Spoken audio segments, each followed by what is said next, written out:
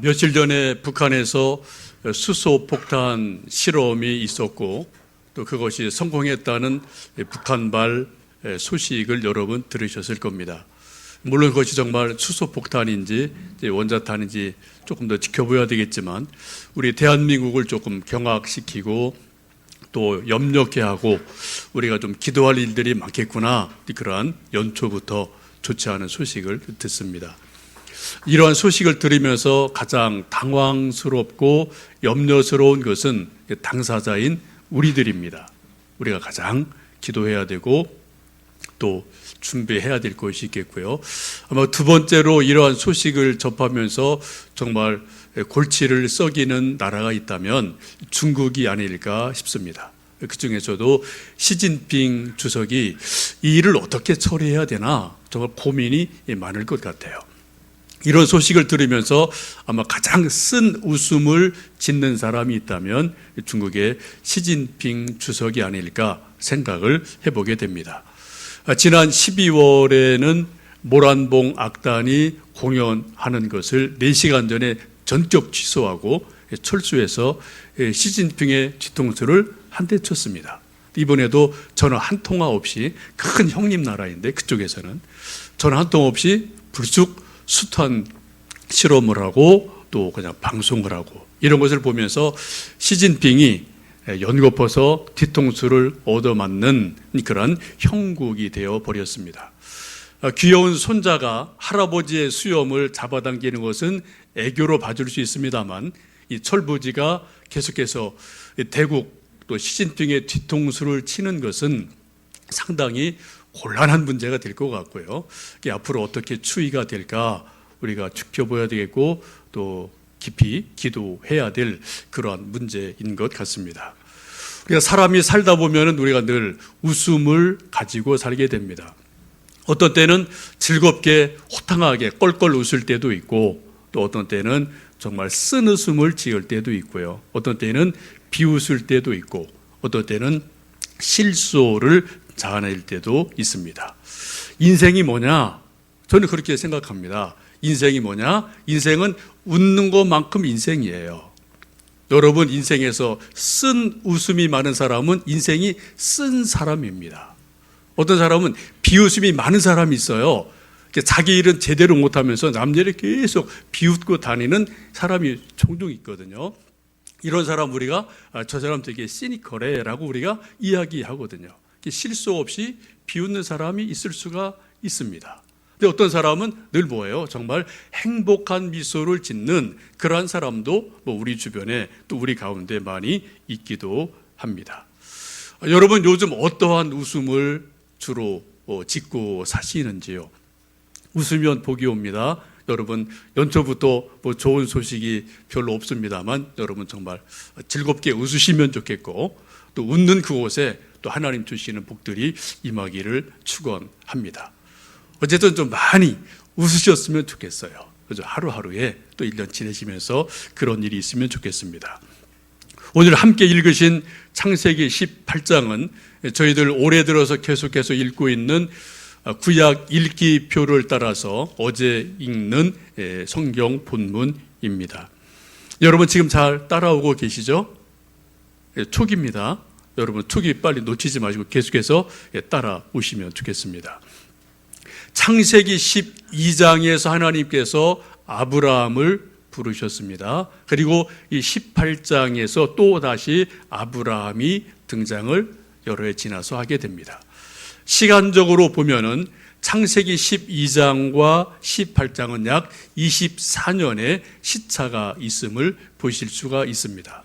하나님께서는 아브라함을 복 주시려고 고향 친척 본토 아비집을 떠나서 약속의 땅 가나안으로 불러내셨습니다. 그리고 24년 동안 수많은 변화들이 있었어요. 아들 같은 조카 롯이 아브라함을 떠났습니다. 잘 사는 것 같았는데 소돔 고모라에서 전쟁이 일어나고 포로된 조카를 또 구출하기 위해서 아브라함이 목숨을 거는 그런 전쟁을 치르기도 합니다. 또 약속의 아들이 생기지 않자 조급한 마음에 이스마엘을 낳는 일들도 일어나게 됩니다. 이런데 쭉 24년 어간이 지나고 나서 아직도 약속의 아들이 아브라함에게 주어지지 않았을 때 아브라함의 마음속에는 허전함과 불안함이 늘 마음 한편에 있음을 볼 수가 있습니다. 이때 하나님께서 이 아브라함을 찾아오시는 것이 오늘 함께 읽으신 본문 18장의 말씀입니다. 아브라함이 살던 곳을 오늘 성경을 보시면 마므레의 상수리 나무들이 있는 곳이다라고 말씀을 합니다. 마므레라는 그 지역에 상수리 나무가 많은 곳에 장막을 치고 살고 있음을 봅니다. 우리가 상수리 나무를 잘 볼 수가 없는데 이제 사진으로 보여주시면 이런 모습을 좀 보시면 되겠습니다. 광야이기 때문에 워낙 볕이 뜨겁기 때문에 이런 나무들이 있는 곳에 텐트를 치고 또 이런 나무 그늘에서 삶을 살아가는 모습을 상상해 보실 수가 있겠습니다. 24년이 지난 어느 날 아브라함이 이 상수리 나무 그늘에 앉아서 지나간 세월들을 이렇게 저렇게 돌아보며 또 오늘을 생각하며 또 내일을 생각하며 아브라함이 한낮 뜨거운 열기 속에서 쉬고 있을 그때에 이 사막 너머로 막 아지랑이가 피고 있는 그 너머로 세 사람의 그림이 보이기 시작합니다. 그래서 아브라함이 이 장막 문 앞에 앉아 있다가 2절 말씀 보시면 일어나서 달려가서 그 세 사람을 환영하고 영접했다라고 성경은 말씀하고 있습니다. 예나 지금이나 사람을 영접하고 환영하는 것은 아주 중요한 일이고 이것을 우리는 소위 환대한다라고 말을 하곤 합니다. 우리가 사람들이 사는 것을 크게 두 가지로 볼 수가 있겠는데요. 하나는 사람 만남이, 하나는 업무 때문에 만나는 일들이 아주 많아요. 일 때문에 만나는 것이 아주 많습니다. 우리 회사 거의 100% 일 때문에 사람 만나죠. 또 일 끝나면 집에 돌아옵니다. 학교도 아이들 공부 배우러 일 때문에 가는 거예요. 유치원도 마찬가지입니다. 병원도 일 때문에 갑니다. 은행도 일 때문에 갑니다. 우리 일상에 정말 많은 것을 보면은 일 때문에 사람을 만나기도 하고 어디를 가기도 하고 하는 일들이 계속 연속이 되어져요. 근데 일 때문에 만난 관계는 일이 딱 마무리되면 더 이상 그 사람을 만날 일이 없어요. 왜요? 볼 일 다 봤기 때문에 그렇습니다. 근데 또 하나 만남이 있다면 일 때문에 만나는 것이 아니라 그냥 사람이 좋아서 사람 관계로 만나는 일들도 우리에게 종종 있기도 합니다. 옛날 우리 시골에 보면은 소위 사랑방이라는 곳이 있어서 이제 하루 일과를 마치면 사람들이 모여서 두런두런 이런저런 얘기를 하고 주제도 없이 하여튼 흘러가는 이런저런 얘기를 하고 자식들 얘기하고 동네 얘기하고 하면서 그냥 또 서로 인간관계를 맺어갔던 아름다운 그림들이 우리 나름대로 있기도 합니다. 요즘은 다 이제 아파트 문화가 돼서 이런 사랑방이라는 그림도 개념도 없습니다만 우리가 또 회복해야 될 한 부분이 이런 부분이 아닌가 생각을 하게 됩니다. 여러분, 지금 아브라함은 이 한 뜨거운 한낮에 나무 그늘에서 쉬고 있다가 사막을 걸어오는 세 사람을 발견하자 달려가서 그들을 환대하며 맞이하는 모습을 볼 수가 있습니다. 환대하는 것은 참 중요한 일인데요. 환대할 때는 우리 마음이 열려 있다는 겁니다. 환대하는 나도 마음이 열려야지 사람을 맞이할 수 있어요. 환대받는 사람도 마음이 열려야지 환대를 받습니다. 그렇죠? 근데 여러분, 환대라는 말과 반대되는 단어가 있습니다. 이게 뭘까요? 뭐죠? 반대되는 일반 우리가 쓰는 말? 적대라는 말, 적대감이 있어요. 적대는 뭡니까?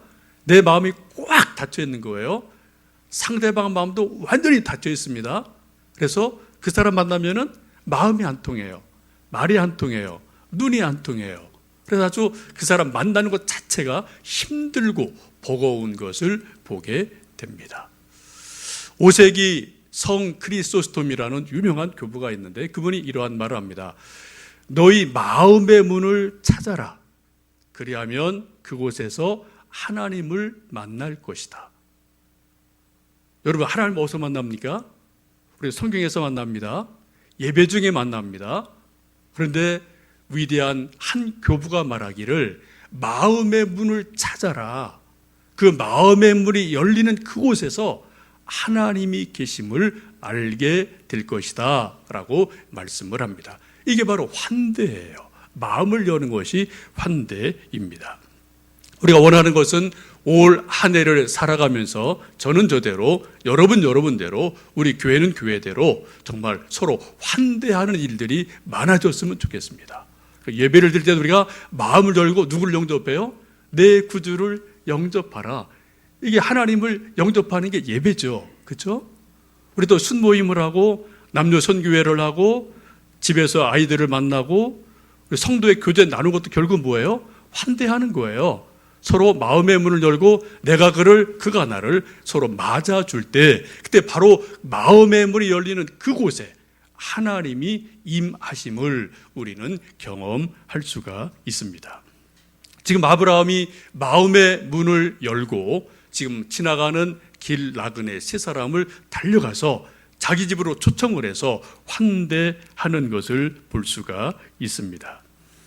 우리 사람들이 사람을 업무로 일로 만날 때는 머리가 빨리 돌아갑니다. 손익이 계산이 돼야 돼요. 그런데 우리가 사람을 환대할 때는 머리가 별로 돌아가지 않습니다.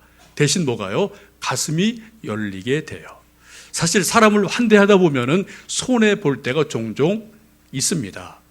사실은 사람 대접하고 이것저것 하다 보면 여러 가지 손실 볼 때가 많이 있어요. 근데 인생의 신비는 사람을 진심으로 조건 없이 환대하다 보면은 그것들이 지나다 보면 결국은 더 큰 유익을, 열매를 우리에게 주는 것을 경험할 때가 있습니다. 1993년에서 1997년까지 주한미 대사를 지낸 제임스 레인이라는 대사를 여러분 혹 기억하실지 모르겠습니다. 이분은 50년대 우리 한국의 주한미군으로 잠깐 봉사한 분이 경험도 있고 또 연세대학교에서 잠깐 교수를 한 경험도 있는 아주 친한파이죠. 목사이고 교수이고 정치가입니다. 이분이 클린턴 대통령 때 김영삼 대통령 시절에 주한미 대사로 여러 해 수고를 하신 분입니다. 이분이 에모리 대학의 교수로 오랫동안 계셨고 총장을 하신 분인데 이분이 에모리 대학에서 교수로 있을 때 그때 늘 걸어서 학교를 오가고 자전거를 타고 오가는 그런 습관이 있었습니다. 어느 날 보니까 벤치에 어떤 나이 많으신 한 할아버지가 외롭게 앉아있는 것을 보고 조금 외로우시구나 그런 생각이 들어서 말을 건네게 됩니다. 그리고 매일 오가면서 그분에게 말을 건네고 커피를 사주고 또 그 할아버지 집에 찾아가서 잔디를 깎아주고 이런 그냥 친구처럼 이렇게 2년 어간을 지내게 되었어요. 근데 오늘 보니까 할아버지가 보이질 않거든요. 그래서 조금 염려가 돼서 그 집을 찾아가서 인사를 해보니 할아버지가 다행히 계십니다. 그때 레이니 교수가 자기 명함을 할아버지에게 건네주면서 제 전화번호가 여기 있습니다. 혹시 응급한 상황이 일어나면 저에게 전화를 주십시오 라고 나오려고 할 때 그 할아버지가 레이니 교수를 붙들어놓고 잠깐만 좀 계십시오. 방 안에 들어갔다 나오면서 봉투 하나를 가지고 와서 받으십시오 라고 건네주게 됩니다. 레이니 교수가 이게 뭔가 해서 열어보니까 놀랍게도 그 봉투 안에는 무려 10억 500만 달러, 우리나라 돈으로 1조가 넘는 돈입니다. 그런 수표가 들어있는 것을 받게 됩니다. 깜짝 놀란 레이니 교수가 이게 뭡니까? 제가 받을 자격도 없고 그렇게 큰일 한 것도 없습니다. 그런데 그분이 하는 말이 당신이 2년여 동안 정말 나의 진실한 친구가 되어줬습니다. 내 말벗이 되어지고 내 우정을 함께 나누어 주었습니다. 정말 고맙습니다. 이건 내 마음의 선물입니다. 라고 강권해서 그것을 이제 받게 됩니다. 그리고 자기를 그때 비로소 그 할아버지가 자기를 소개를 해요. 이분이 누구냐? 코카콜라를 창업한 공동 창업주 중에 한 사람임을 비로소 그때 자기 자신을 밝히게 됩니다. 이 거액의 돈을 받고 이 할아버지의 정체를 알고 나서 레이니 교수가 세 가지에 대해서 놀라게 됩니다. 그렇게 엄청난 거부가 정말 평범하게 검소하게 살아가는 모습에 감동을 하고 놀라게 돼요. 또 그처럼 대단한 사람이 자기를 전혀 자랑하지 않고 그냥 평범하게 있는 둥 없는 둥 살아가는 그 평범함 속에서 감동하고 놀라게 됩니다. 또 하나는 감당할 수 없는 너무 많은 돈을 주어서 또 자기가 한 일이 없는데 그런 많은 돈을 받은 것에 대해서 놀라고 감동하게 됩니다. 여러분, 이 거액의 돈을 받은 레이니 교수가 이 돈을 어디에 어떻게 썼을까요? 여러분이 이 돈을 받은 주인공이시라면 어떻게 쓰시겠습니까? 생각이 맞죠? 딱 답이 나오십니까? 이 레이니 교수는 자기가 아무런 대가 없이 거저받은 은혜이기 때문에 이 전액을 자기가 봉직하고 있는 에모리 대학의 장학기금으로 전액을 다 내놓게 됩니다. 그리고 이 일로 인해서 에모리 대학이 세계적인 유명 대학으로 성장하는 데 결정적인 역할을 하게 됩니다. 여러분, 이게 바로 환대의 힘이에요. 아무런 조건 없이 어떤 한 할아버지를 돌봐드렸더니 이러한 일이 일어나요. 이거 싫어합니다. 물론 우리가 늘 이런 일이 매번 있다라고 우리는 생각할 수 없어요. 우리가 흥부와 놀부를 잘합니다. 그런 스토리를 보면 아셔요. 하나님이 일하실 때는 이러한 방법으로도 일하실 수 있음을 우리는 현대 사회 속에서도 봅니다. 지금 살아계세요, 그분들. 하여튼 하나님께서는 아브라함이 아무런 조건 없이 뜨거운 사막을 지나는 세 사람을 초청해서 이제 환대하는 모습을 성경은 말씀합니다. 이때 아브라함이 세 사람을 부른 호칭이 주여라고 부르는 것이 나오는데 이때 여러분 궁금증이 있을 거예요. 아브라함이 이 세 사람이 처음부터 하나님인 것을 알아챘을까? 많은 성사학자들은 그렇지 않다고 봅니다. 그냥 하나님께서 인간의 모습으로 현현하신 그냥 평범한 사람으로 나타나신 거죠. 물론 나중에 뒤에 이제 알아채기는 채게 됩니다. 그냥 지나가는 낯선 나그네에 대해서 존경하는 마음으로 주여라고 부르는 것으로 보시면 되겠습니다. 이제 이 세 사람을 아브라함이 극진히 대접을 하는데 물을 가져다 발을 씻겨주고 나무 그늘에 앉게 하고 떡을 만들고 송아지를 잡아다가 극진하게 대접을 하게 됩니다. 환대를 하게 됩니다. 이렇게 환대하면서 아브라함이 하는 아주 중요한 말이 5절 말씀에 있습니다. 우리 한번 5절 말씀을 함께 읽어보실까요? 내가 떡을 조금 가져오리니 당신들의 마음을 상쾌하게 하신 후에 지나가소서. 당신들이 종에게 오셨음이니이다. 그들이 이르되 내 말대로 그리하라. 여러분, 환대하는 마음이 무엇입니까?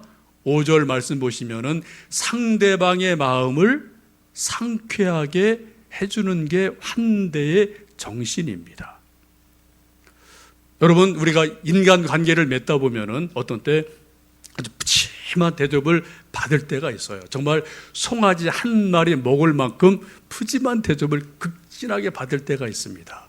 이것을 먹고 나서도 어떤 때는 마음이 상쾌하지 않을 때가 있어요. 마음이 불편할 때가 있습니다. 그렇죠? 근데 반대로 커피 한 잔을 나누어 마시고 대접받았는데도 마음이 상쾌할 때가 있어요. 여러분, 어떤 게 진짜 환대입니까? 물질의 많고 조금이 아니에요. 음식의 화려함과 소박함이 아닙니다. 상대방의 마음을 얼마큼 상쾌하게 해주느냐, 여기에 바로 환대의 영성과 정신이 있음을 볼 수가 있습니다. 그 상대방 마음을 배려해주고 헤아려 줄 때 그때 상대방이 내 대접을 받고 내 말을 듣고 내 태도를 보고 상쾌한 마음이 일어나게 하는 것, 이것이 바로 환대하는 자세인 것을 볼 수가 있습니다. 이 환대를 받은 세 사람이 아브라함에게 길을 떠나기 전에 질문합니다. 내 아내가 어디 있느냐? 좀 엉뚱한 질문을 하죠. 그러면서 지금 사라를 찾고 있어요. 그때 사라가 장막 뒤에서 늘 그걸 지켜보고 있었죠. 그때 사라가 장막에 있습니다 라고 아브라함이 말하자 이 분들이 아주 놀라운 말을 하는 것을 보게 됩니다. 내년 이맘때 내가 반드시 다시 올 것이다. 그때는 사라에게 아들이 있을 것이다 라고 말씀을 하게 됩니다. 이때 비로소 아브라함이 이분들이 하나님이시구나 라는 것을 정확하게 깨달아 알게 되는 순간이기도 합니다. 하나님을 만나는 일이 일어나게 됩니다. 우리가 창세기를 쭉 보시고 아브라함을 보시면 아브라함이 하나님을 여러 번 만나는 그런 일들이 있습니다. 창세기 12장에 보시면 아브라함이 단을 쌓고 제단을 쌓았다라는 말씀이 반복되는 것을 볼 수가 있습니다. 여러분, 우리가 단을 쌓을 때 하나님을 경험해요. 예배를 드릴 때 하나님을 만나게 됩니다. 오늘 18장의 말씀을 보시면 사람을 나그네를 환대할 때 그 사람을 통해서 하나님을 만나는 놀라운 은혜를 체험하는 것을 보실 수가 있습니다. 예수님도 그런 비슷한 말씀을 하셨습니다. 마태복음 보시면은 양과 염소의 말씀을 하실 때 어떻게 해요? 내가 옥에 갇혔을 때, 또 지나가는 나그네에게 혹은 소자에게 냉수 한 그릇을 준 것이 누구에게요? 바로 내게 한 것이다 라고 말씀하고 있어요. 우리 보기에 아무것도 아닌 사람 같은 그 작은 자, 소자에게 그를 환대하고 영접해 준 것이 곧 예수님에게 한 것이다 라고 주님은 분명하게 말씀을 하고 계십니다. 이제 사라가 이 이야기를 듣고 좀 쓴 웃음을 짓죠. 지금 내 나이가 몇인데, 좀 성경적으로 보면 이때 나이가 아브라함이 99세, 또 사라가 90세쯤 되거든요. 이제 내 나이가 먹고 늙었고 다 여자의 그런 기능도 마비가 되어 있는데 어떻게 아기를 낳겠습니까? 라고 그 소리를 듣고 장막 안에서 홀로 웃게 됩니다. 이 모습을 보고 하나님께서 아브라함에게 말씀하시죠. 왜 사라가 왜 웃느냐? 라고 말씀하셔요. 여러분, 그 사라가 지금 웃는 웃음이 행복한 웃음입니까? 아니면 소위 쓴 웃음입니까? 우리식으로 말하면 쓴 웃음이에요. 이게 지금 뭐 가능하지 않은 그런 얘기를 지금 하고 있으시거든요. 안 되는 거거든요. 그래서 지금 아브라함에게 사라가 왜 웃고 있니? 라고 하나님이 질문을 하십니다. 우리도 인생을 살다 보면 가끔 좀 쓴 웃음을 지을 때가 있죠. 여러분, 혹시 자녀들 통해서 이런 이야기를 들어보신 적이 없으십니까? 좀 부모님들이 그냥 뭐 생각 없이 요즘 뭐 어디가 아프고 또 뭐 돈이 없고 뭐가 힘들고 이런 얘기 그냥 두런두런 엄마 아빠가 하다가 옆에 있던 조그만 꼬맹이 아들 딸이 그 얘기를 무심코 듣고 있다가 갑자기 일어나서 엄마 아빠 걱정하지 마세요. 내가 빨리 커서 돈 많이 벌어서 큰 집 사드릴 거예요. 좋은 차 사드릴 거예요. 또 BMW 사드릴 거예요. 세계 여행 시켜드릴 거예요. 막 이렇게 좀 애기들이 얘기할 때가 있거든요. 그죠? 그리고 그런 얘기 할 때 여러분 어떻게 그 얘기를 어떻게 들으십니까? 그렇고 말고 맞장구를 치시고 정말 흐뭇하게 미소를 지으십니까? 아니요. 껄껄껄 웃지만 우리 마음속에는 쓴 웃음이 우리 속에 있음을 종종 발견하게 됩니다. 이러한 모습들이 요즘 좀 인기리에 방영되고 있는 응팔이라는 드라마에도 조금 나오지 않나 싶습니다. 혹시 여러분 응팔 아시나요? 표정들을 뵈니까 거의 응팔을 모르셔요. 응팔이라는 게 있습니다. 응답하라 1988. 하여튼 여러분 좀 보실 만한 드라마예요. 1988년 시대 배경으로 서울 쌍문동에서 몇몇 소시민들이 모여서 옹기종기 살아가는 그 시대의 상을 정말 리얼하게 잘 그려내고 있는데, 여러분 동감하시는 분들이 좀 상당히 많이 있을 것 같아요. 거기 나오는 한 주인공이 덕순이라는 여고생이 나옵니다. 이 친구는 하여튼 공부에는 학교에서 전교에서 꼴찌예요. 맨날 노는 거 좋아하고요. 그리고 또 맨날 그냥 독서실 가서 그냥 쿨쿨 잠만 자는 그런 딸로 나오거든요. 아빠가 엄마가 참 염려가 많죠. 제가 커서 제가 뭘 하겠나, 저게 뭐가 되겠나, 제 밥그릇이나 좀 챙기겠나, 이런 또 염려를 하는 이제 아이로 드라마에 나오게 되는데, 세월이 조금 지나서 어떻게 돼요? 스튜어디스가 되고요. 그 언니는 또 공부 잘하는 학생인데 막 으쌰으쌰 운동하다가 또 나중에는 이제 또 사시가 되어서 또 이제 뭐 또 법조인의 길을 가고 해피엔딩으로 쭉 끌어가고 있긴 합니다만, 물론 이제 드라마 상이긴 합니다만, 우리들이 자녀를 기르다 보면은 아이고 저 녀석이 제 앞 갈무리나 잘하겠나, 제 밥이나 잘 찾아 먹겠나, 그런 염려들이 우리에게 없잖아 있을 때 있거든요. 그런 아이들이 오히려 엄마 아빠를 응원한다고, 엄마 아빠 염려하지 마세요, 내가 책임질 거예요, 큰 집 사드릴게요, 외제차 사드릴게요 라고 말할 때 그 말을 듣는 엄마 아빠의 마음에 쓸쓸함이 있거든요. 허허로움이 있거든요. 쓴 웃음이 있을 수가 있습니다. 지금 하나님께서 사라에게 내년 이맘때에 내가 아들을 낳을 거다, 내가 반드시 다시 온다 라고 말씀하실 때 사라가 쓴 웃음을 짓는 것을 봅니다. 이것을 보시고 하나님께서 말씀하시죠. 아주 중요한 말씀을 14절에 이렇게 하십니다. 여호와께 능치 못한 일이 있겠느냐라고 말씀하세요. 하나님에게 능치 못한 일이 있겠느냐라고 말씀하시면서 쓴 웃음을 짓고 있는 사라를 격려하며 책망하는 모습을 보게 됩니다. 하나님 약속처럼 1년 후에 사라가 아이를 낳고 이름을 이삭이라고 지어 주었습니다. 이삭의 이름은 여러분 아시는 것처럼 웃음이라는 뜻이에요. 그 뜻 자체가. 그래서 웃음 이런 것이 이삭의 인생 가운데, 이름 가운데 엮어져 있음을 우리가 성경을 통해서 보게 됩니다. 이때는 사라가 기가 막힌 쓴 웃음을 지었지만 1년 후에는 이삭을 낳고 정말 행복한 미소를 짓는 그러한 웃음의 아들 이삭을 안고 있는 사라를 볼 수가 있게 됩니다. 여러분, 하나님이 어떠한 분이십니까? 우리가 믿는 하나님은 어떠한 분이십니까? 오늘 말씀을 보시면 쓴 웃음을 정말 행복한 미소로 바꾸어 주시는 분이 하나님임을 알게 됩니다.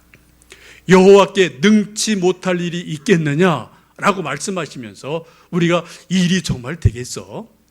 이 사업이 정말 이게 되겠어? 우리 아들딸이 이게 제대로 뭐 자기 길이나 가겠어? 개척교회가 이 어려운 시대에 부흥이 되겠어? 우리 사업이 이게 제대로 어려운 때 뭐 제대로 되겠어? 우리 마음에 한편에는 기대도 있지만 한편에 염려가 있거든요. 저도 그거 있습니다. 교회를 섬기면서 저도 아이들을 기르면서 정말 제대로 뭐 하겠나, 그런 마음이 없겠어요. 여러분, 하나님 뭐라고 말씀하십니까? 여호와께 능치 못함이 있겠느냐? 우리가 믿는 하나님이 어떤 분입니까? 천지를 창조하신 분이에요. 지금도 살아계신 하나님입니다. 아브라함의 하나님, 사라의 하나님, 이삭의 하나님, 야곱의 하나님이셔요. 우리가 그 하나님을 굳게 바라보고 신뢰할 때 그 하나님께서 우리가 웃는 허허로운 웃음, 쓴 웃음을 결국은 참으로 행복한 웃음으로 바꾸어 주시는 분, 그분이 우리의 하나님임을 믿습니다.